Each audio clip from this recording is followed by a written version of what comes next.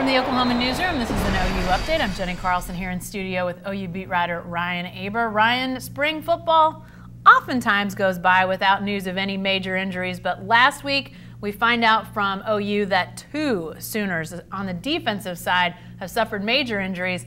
Top of that list is Caleb Kelly. Ryan, it sounds like it's an ACL with him, and really bad news for him. Yeah, they expected him to play a big role in this defense at the weak side linebacker position after moving around a little bit last year after being beaten out by Caleb Kelly at that spot. But, Curtis Bolton, not Caleb Kelly. Yeah. He didn't beat out himself for the job, but Curtis Bolton beat him out.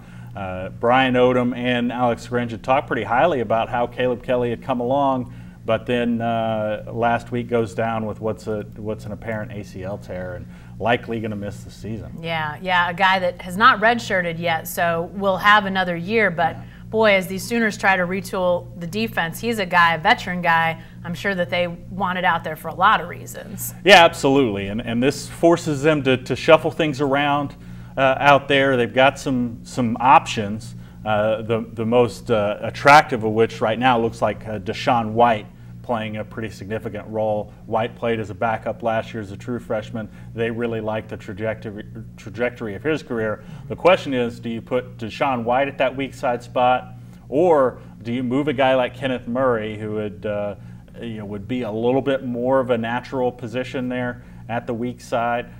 Do you move him out there and put Shaun White in the middle? So that'll be interesting to see what Alex Grinch and the defensive staff decides to do in the wake of this Caleb Kelly injury. Yeah, one thing that they definitely didn't want to have to worry about, and then they're having to worry about in this rebuild. Ryan, I mentioned 2 guys, and the other one is Jordan Kelly, defensive lineman, and we weren't really expecting him to be a starter come the fall, but anytime you lose depth on the defensive line, never good. Yeah, especially with what they've got depth-wise on the interior right now. They've got Neville Gallimore up there. They feel really good about him, although he's a guy who really hasn't shown the potential that he's flashed at times consistently. They need him to be much more consistent.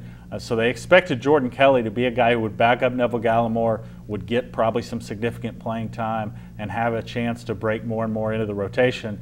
And now they've got to lean on some experienced guys, but experienced guys who haven't done a whole lot production-wise when you talk about being disruptive on that defensive line, which is what they want to be.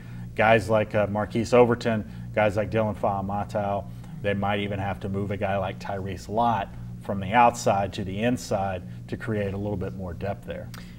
As I mentioned this spring with rebuilding this defense, Alex Grinch, to lose a couple guys in this nature so quick, rapid succession, it sounds like, is that sort of a thing that can put a cloud over this? I mean, obviously a lot of excitement when spring starts. Let's see what this is like. Guys excited to get going.